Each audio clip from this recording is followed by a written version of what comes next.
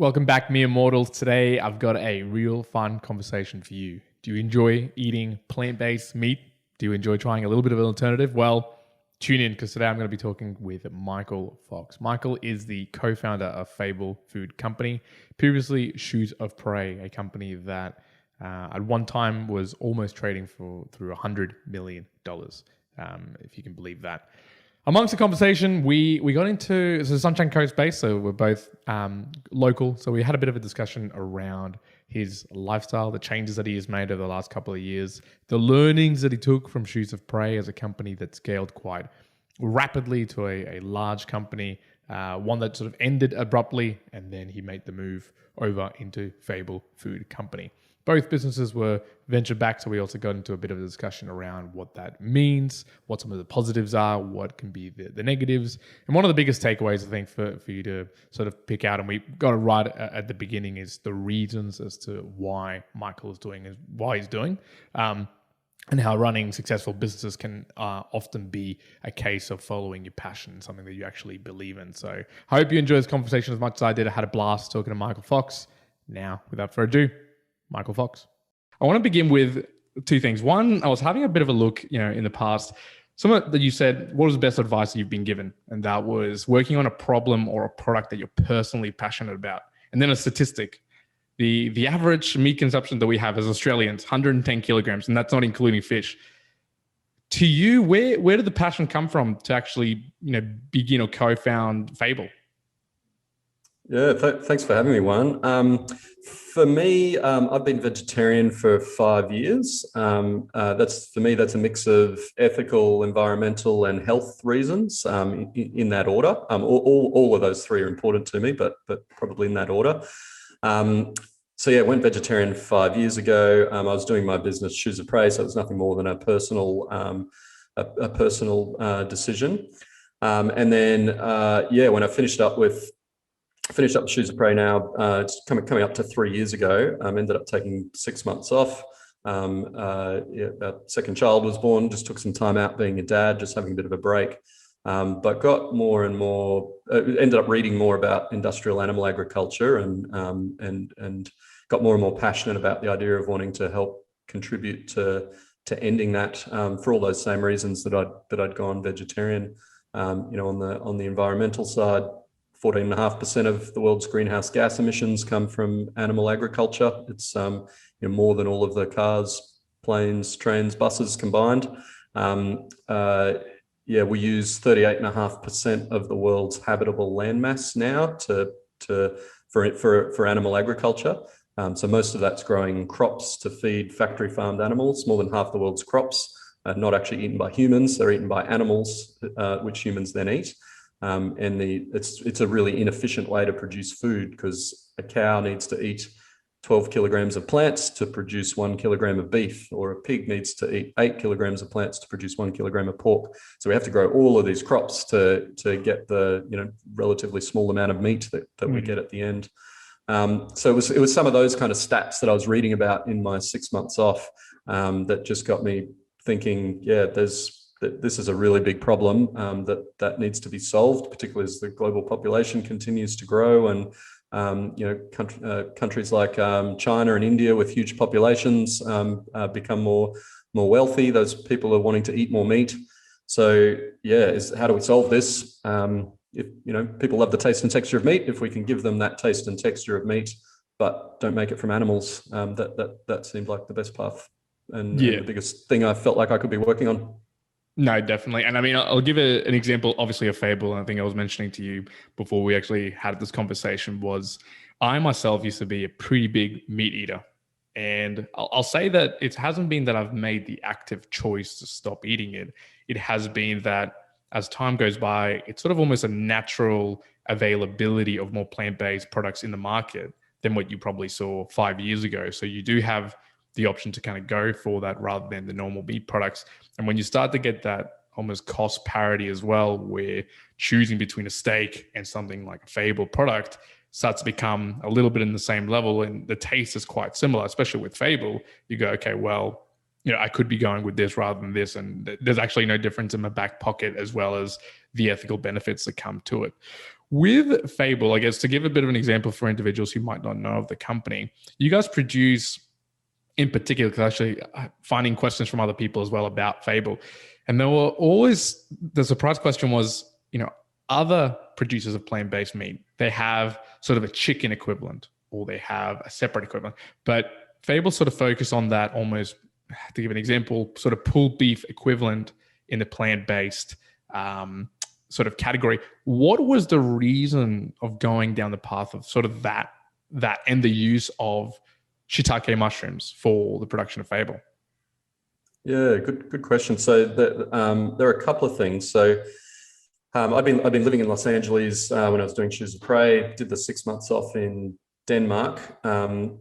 So I'd been eating, and I was vegetarian in both of those places. So I'd been eating a lot of the meat alternatives in the US, like Beyond Meat and Impossible Foods. And then when I spent 6 months in Europe, I was eating all of the meat alternatives there.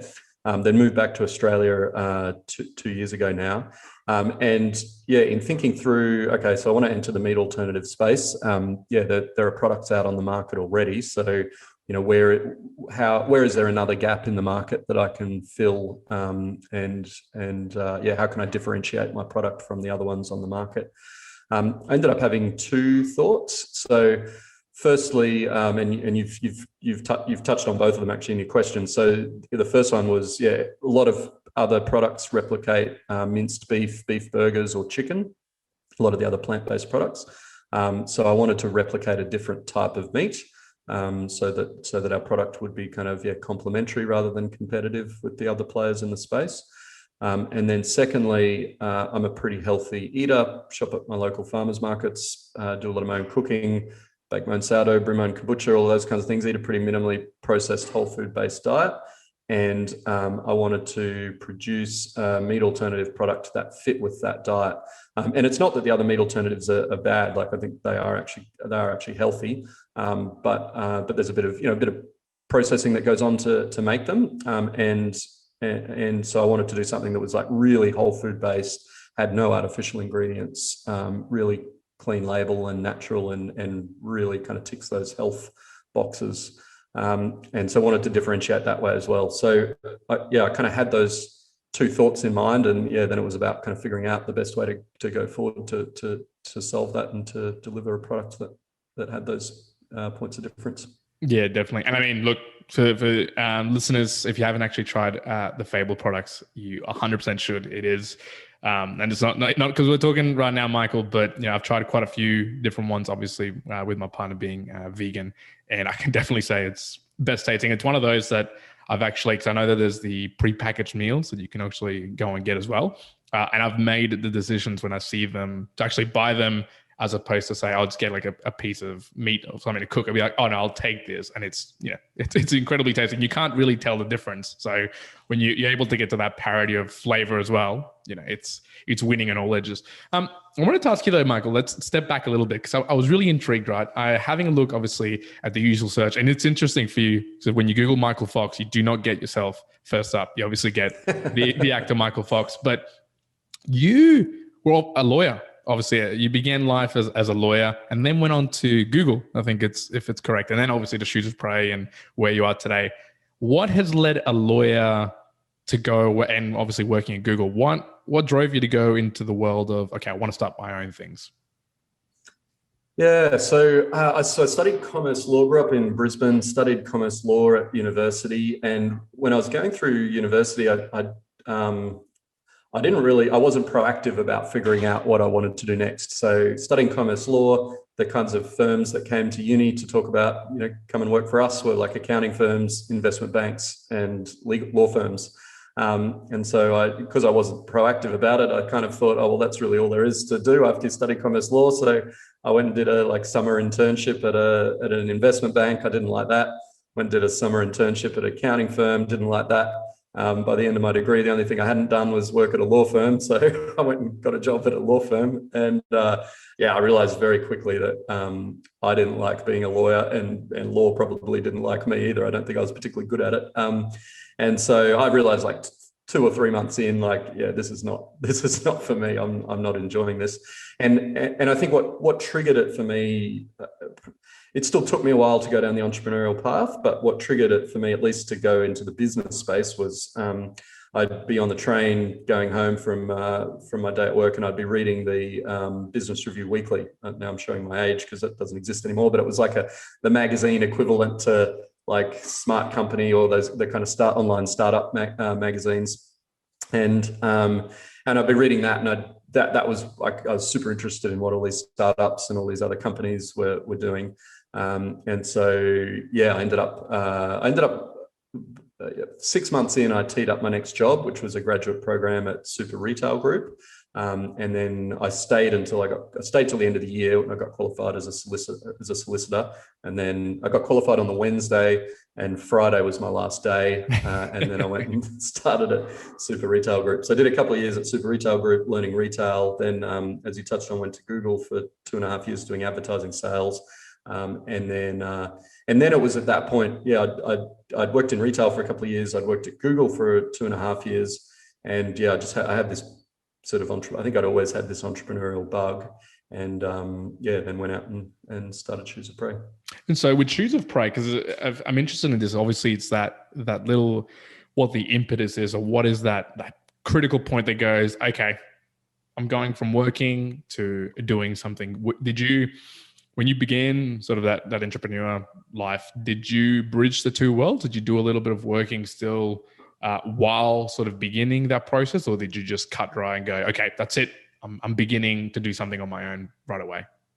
Yeah, no, I did take my time with it. So I probably spent 6 to 8 months whilst I was full time at Google, and then had my co-founders and I had the idea to do Shoes of Prey, and so I was working on that on like evenings and weekends. I was actually also studying a part-time MBA at the time, and yeah, that all just ended up being too much. So I actually never finished my part-time MBA. I kind of paused that. So yeah, because I was going pretty flat out with Shoes of Prey on evenings and weekends, and then yeah, having my full-time job at Google. So it's probably 6 to 9 months of overlap doing the two. And then the trigger was, yeah, Shoes of Prey had gotten to the point where, it was either going to take us, 6 months at it full time and we'd be ready to launch, or it was going to take us like 3 years part time and we'd be ready to launch. So we kind of looked at that and said, oh yeah, we think this is a good opportunity. Let's pull the trigger, and it's come a long way. We've got some good market validation. Let's pull the trigger, quit our jobs, and go and take this.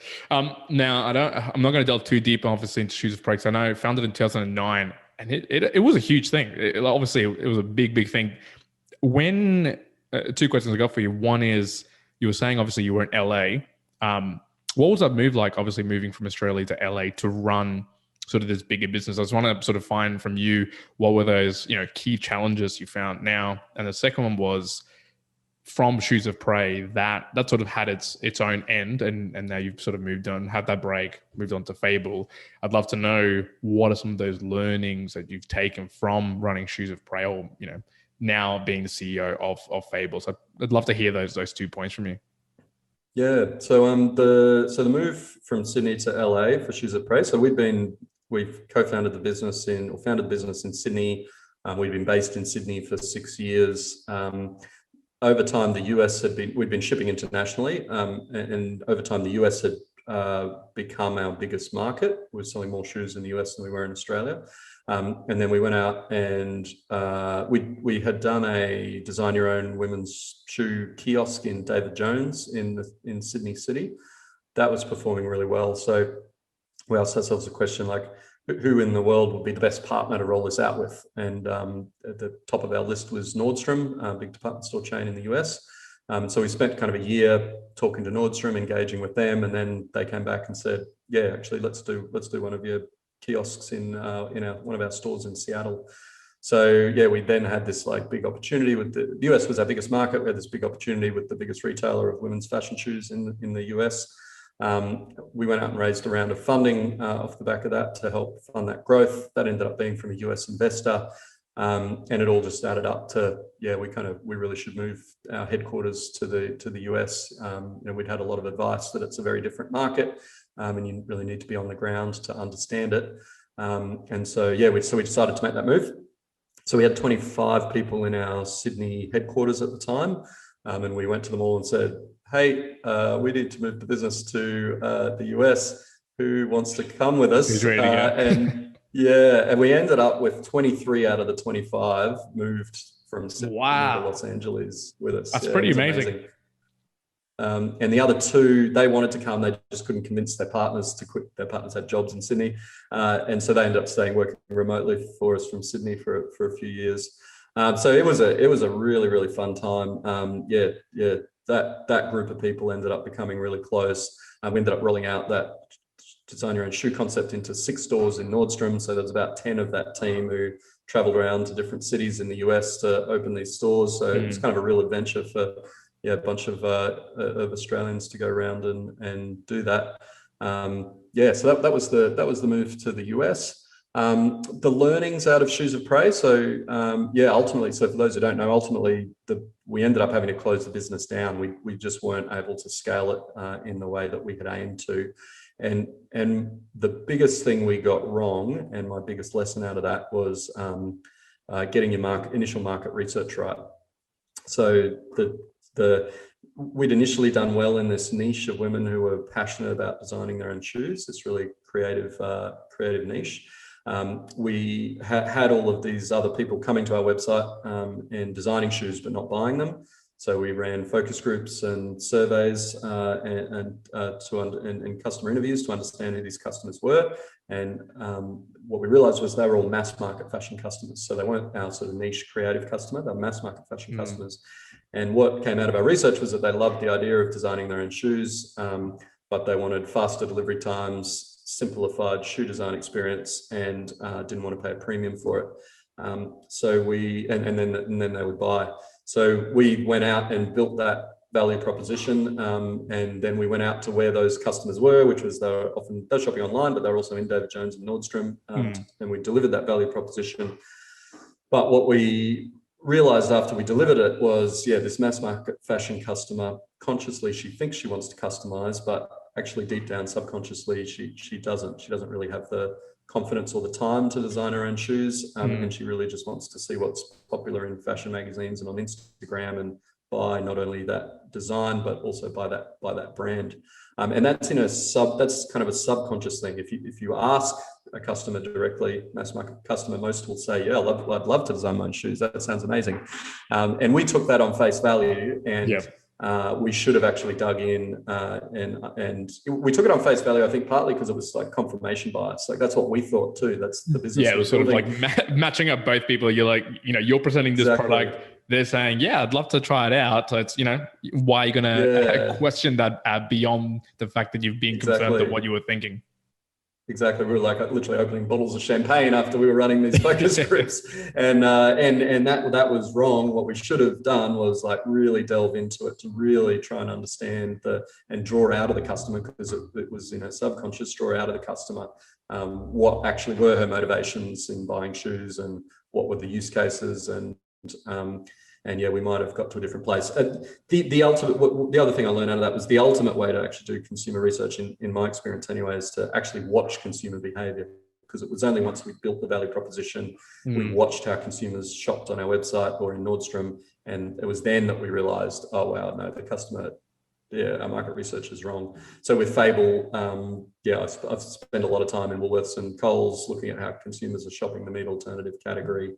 Making sure that we're getting our market research right and building the correct value proposition, or a value proposition that the consumer actually wants, as opposed to certainly. And you leave a perfect question there for me to ask, because that is super interesting to me. I think you've talked about this before. I think 11% of individuals in Australia are already eating plant-based meat, and that's 34% or something around that range that are thinking about or would trial that out. What are you finding, at least in the Australian market, specifically, what are people saying? What are they actually really thinking about it? So there's a couple of segments. So exactly. There's the vegans, vegetarians who don't eat any meat, and that's 11% of the Australian population now.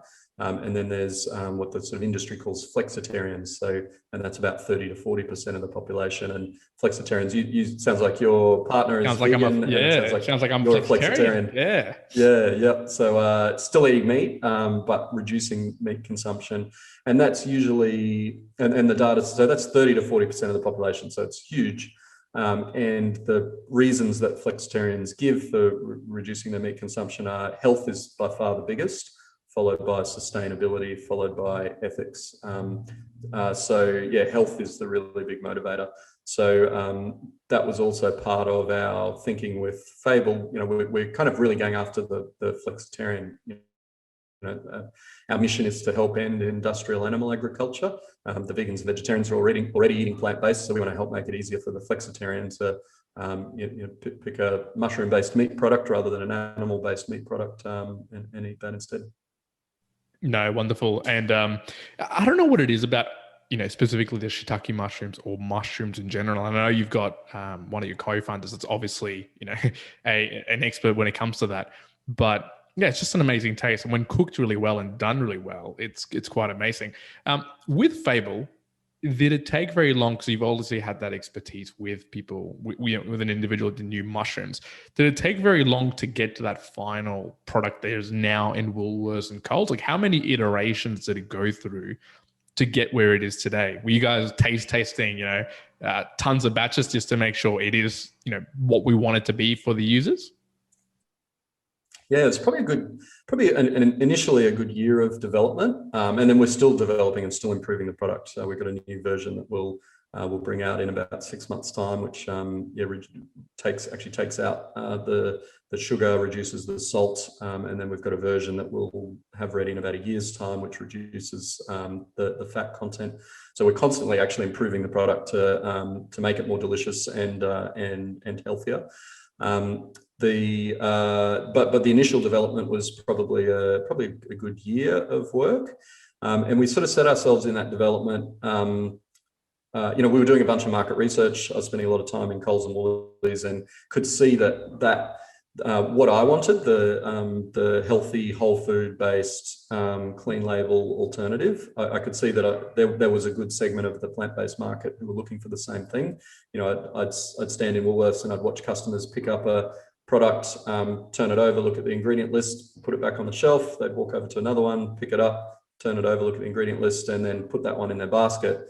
And I'd watch that behavior and then creepily go up and talk to that customer and ask them, what, that one that you put back on the shelf, why didn't you buy that? And it was, it had some ingredient that I didn't know what it was, whereas this one here looked like a better ingredient list. So I could see there were, not everyone's doing that, but there were a good portion of, maybe 30% of customers a couple of years ago when I was spending a lot of time doing that were making decisions based on the ingredient list and the ingredients in the product. So I could see that what I wanted actually aligned with the market, and it wasn't just those customers.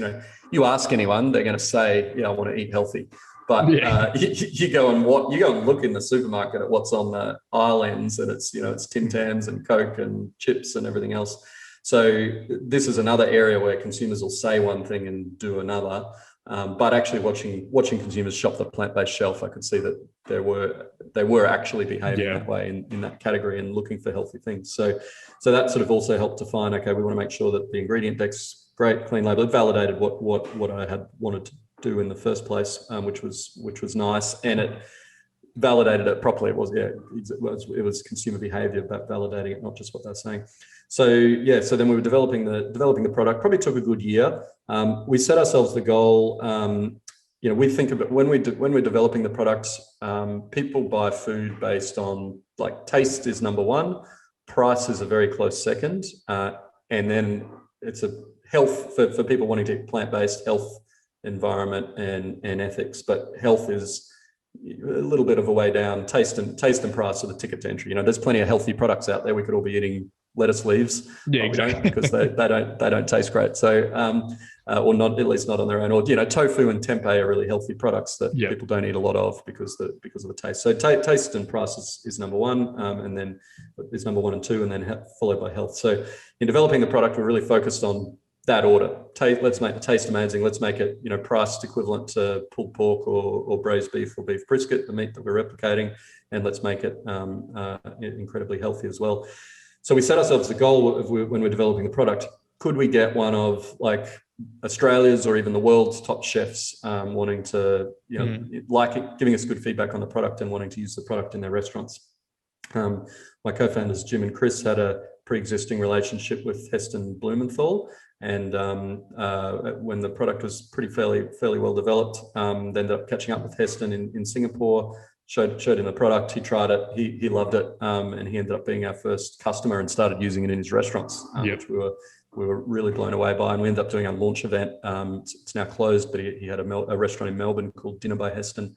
So that was kind of the real validation for us on actually all the less price, but more taste. It was validation for us on taste and health, because Heston is incredibly focused on taste. And the reason Jim and Chris had met Heston a few years earlier is he'd started to explore mushrooms for all of the kind of both actually the taste, culinary sort of taste elements, but also the health elements of mushrooms. So he could see that this product tastes amazing. There's lots of cool things I can do with it, and it's really good for you. So that was kind of our big piece of initial validation on, okay, well, we've ticked that box of one of the world's top chefs wanting to use the product. I think we're at a point where we're ready to launch it into the market. Yeah. Oh, well, definitely. One of the things that's interesting, when I very first heard of Fable, it was with the pairing of Heston. It was to me, and I originally, when I saw it, I was like, oh, is this something that Heston sort of come up with? And because obviously he's known for that, experimenting with different things. So, but obviously knowing it through, he's obviously partnering up with Fable, and I know that he uses the product as well in the Fat Duck over in the UK. So it's obviously super interesting and growing it, and you can see that it's being used in excellent restaurants. Michael, I wanted to ask you, because someone's gonna tell me that I didn't ask this particular question. With Fable, that for you guys, you're working through with venture capital in terms of actually being able to grow. I wanted to ask you the question: why would you go down the path of using venture capital or venture capitalists to sort of grow the company? And do you find that particular stream of growing the company is going to lead you to, I guess, the ambition of going, I guess, global with Fable as well? Yeah. So, no, good question. So, I mean, our mission is to help end industrial animal agriculture. The meat industry is a $2 trillion industry. It's 2.5% of global GDP. So it's one of the biggest industries in the world. And we want to shift that industry, or shift those products, instead of being made from animals, have them made from mushrooms and plants. So that is a pretty lofty ambition that's not going to be an easy objective to meet by any means. But that's what we want to try and do. Like that's what we're in it for. We want to help make people's diets healthier, more environmentally friendly and ethical. So to achieve that mission, we need to build a really big business. And I'm not saying we're going to be the only ones, doing $2 trillion revenue and making this shift. There's lots of other really good meat alternative companies out there, but hopefully as a group we can help make that shift happen, and we want to be a big part of making that happen. So we've got very lofty ambitions, because of that mission, and so we need to raise capital to be able to grow quickly enough to make this shift. And we also want investment partners who also have lofty ambitions. So there are kind of all sorts of different types of investors that if you're running a business, that you can raise from. Venture capital firms, their whole business model is built around finding companies that are going to end up being that they think have the potential to be billion-dollar valuations, and they'll invest in 100 companies. Half of those might go bust. 30 might sort of just return their capital. They'll make a profit on 20, and it'll be the sort of top 3 or 4 that end up returning and where they make most of their profit.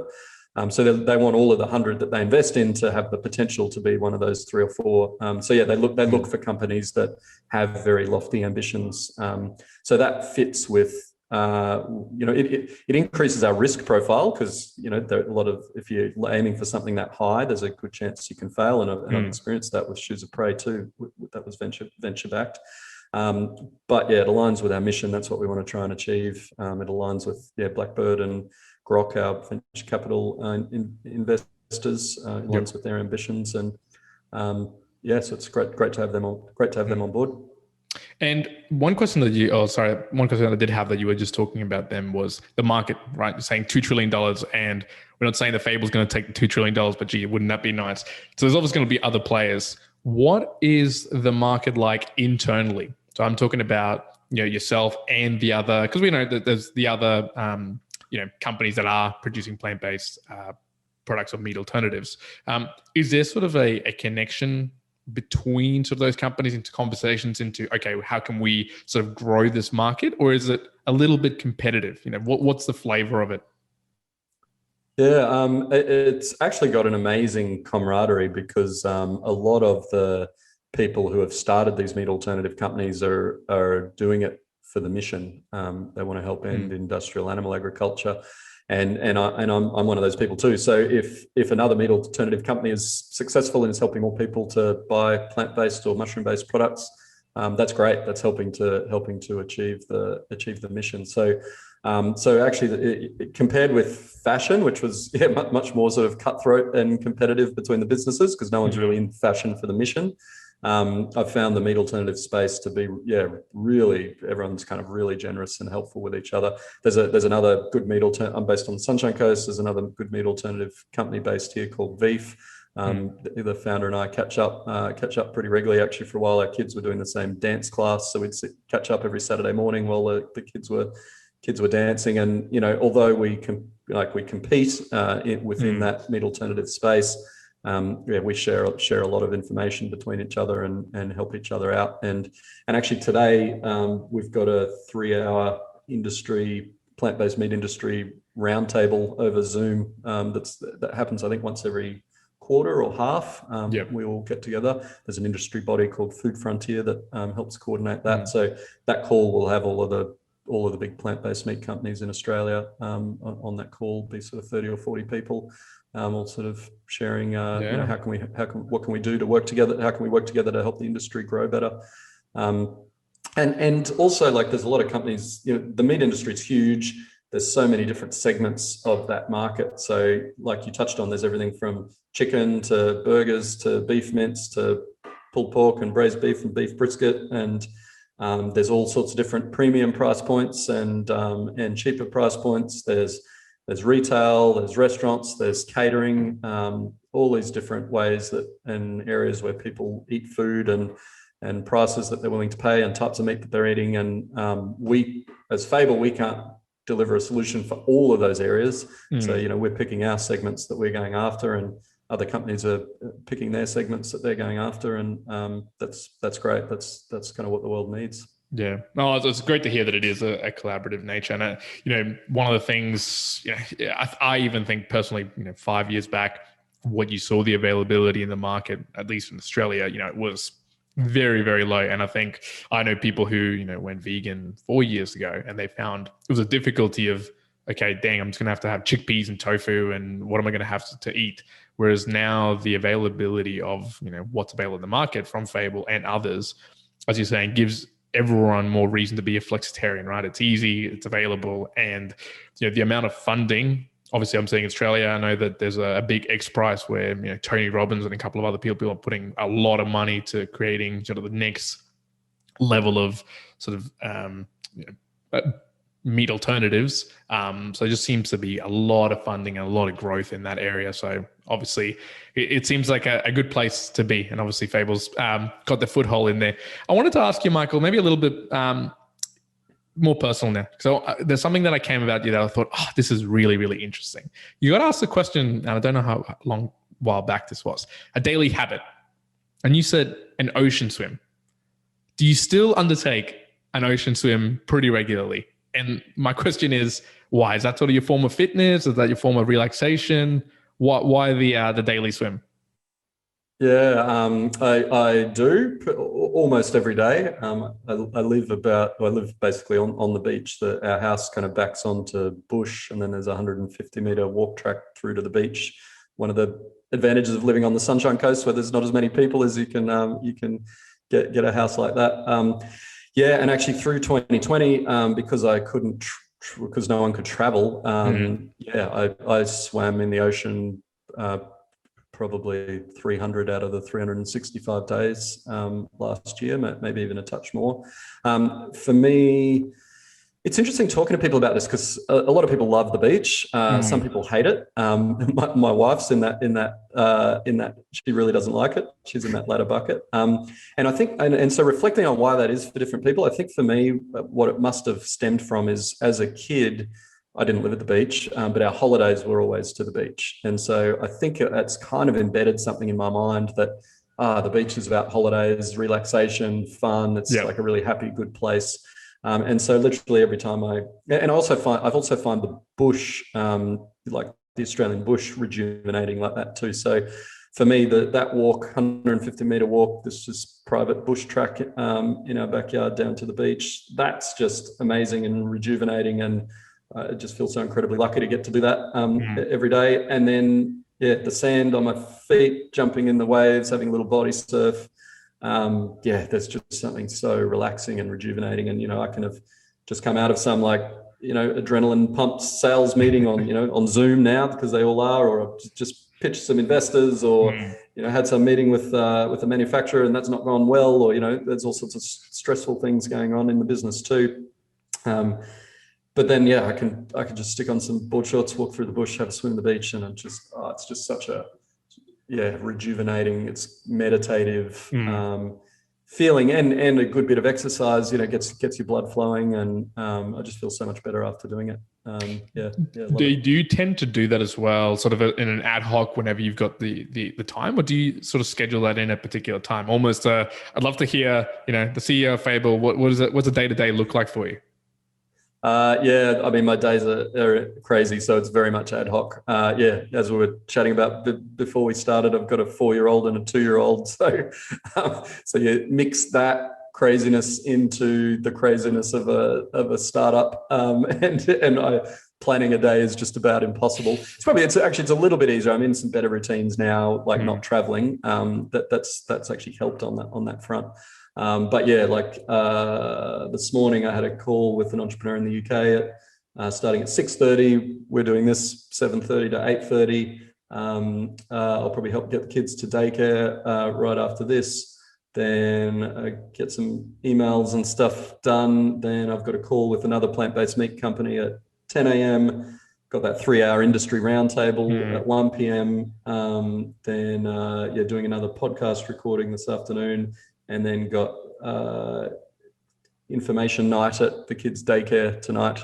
That's a day today, and this is a completely different day to what yesterday was. So no, they're all pretty ad hoc and crazy. But I get a little bit of routine mixed in there. I still bake my sourdough and do some of those things during the day, which is nice grounding. And I'll find a gap somewhere today where I'll jump out in the ocean and have a swim for 10 minutes.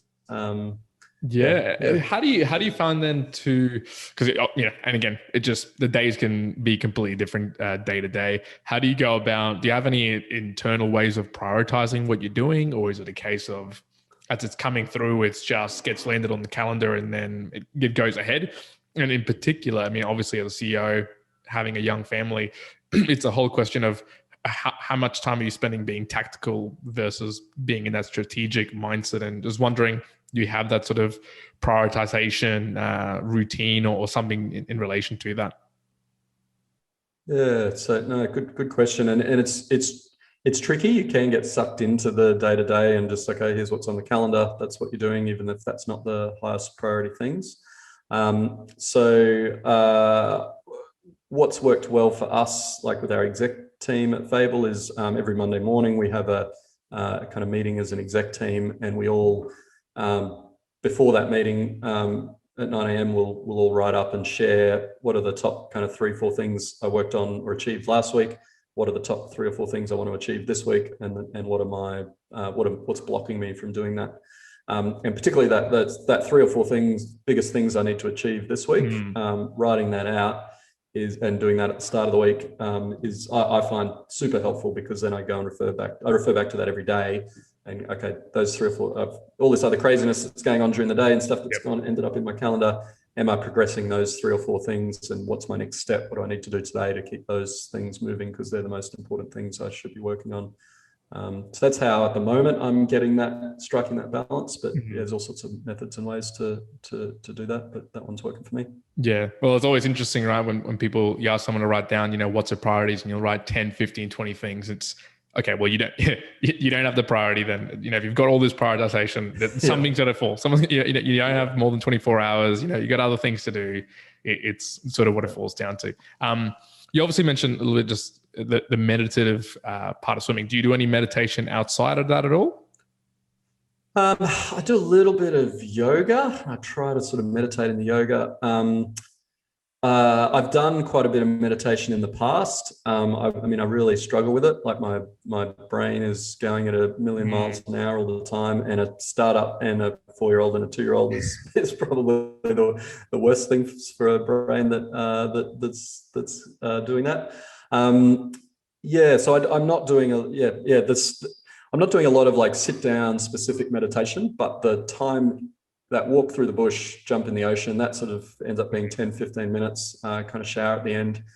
That ends up having the same effect on my mind as sitting down meditating would. So in that sense, I kind of am doing it. I'm just doing it in a slightly different way. Yeah. No, I could definitely emphasize.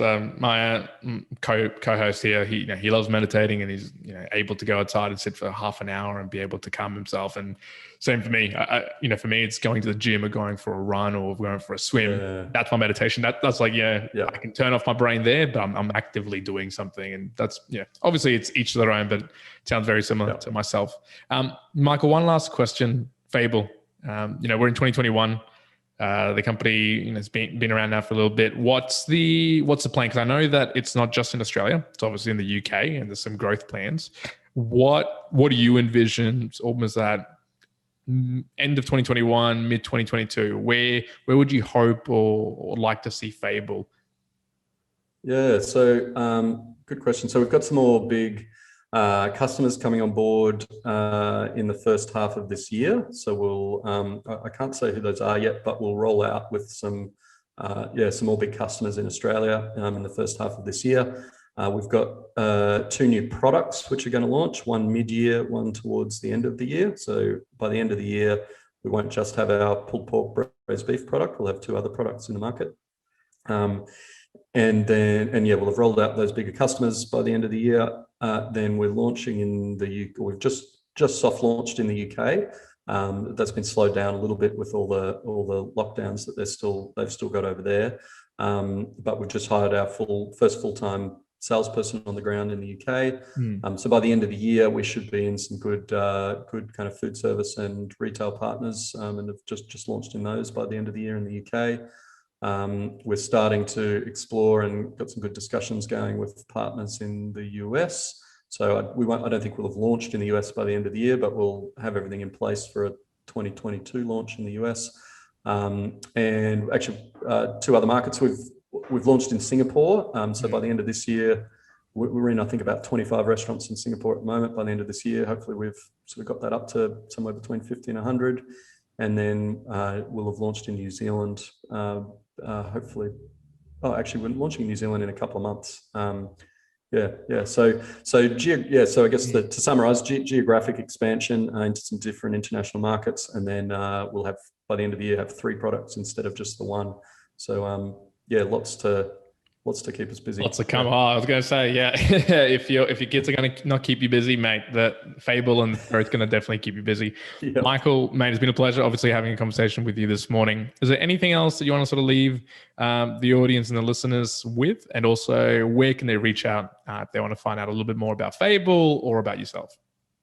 I guess I think the biggest learning I've had in my career is focus on figuring out what you're passionate about and trying to do something in that space. That's got to be balanced with something where, if you're passionate about playing computer games, that's not necessarily going to be a job for most people, but finding something where there's a good overlap between what you're passionate about and where you can work. And for me, that's turned out to be meat alternatives, for the same reason I'm passionate about that, for the same reasons I'm vegetarian. And that just finding that it just makes life so much more rewarding being able to work on something where you wake up in the morning and it's like, if money didn't matter, this is what I'm doing now is what I'd want to be doing anyway. That's just a game changer in terms of enjoyment of life. And I think you're better at it. Like if I think back to being a lawyer, I really hated being a lawyer. I wasn't a particularly good lawyer. And now doing this, I love doing this. And I think it's giving me the best opportunity to work on what I'm good at. So that's probably the last thing I'd leave with. And then, to connect with me, I'm on Twitter. I'm Michael Fox, at Michael Fox, but with 3 M's at the start. And then on Instagram, I'm InstaFox2000. And then Fable, if you want to connect with Fable, at Fable Food Co. on both of those channels. I was going to say dangerous with Fable Food Co. because I went onto the Instagram not too long ago, right? And whenever I flick through it, you're like, oh man, I'm so hungry now. So it's one of those. It's a dangerous one to follow because you're going to get hungry. That's the danger we want to create. Michael, thank you very much for obviously joining us here at the Mere Mortals. All the best with Fable.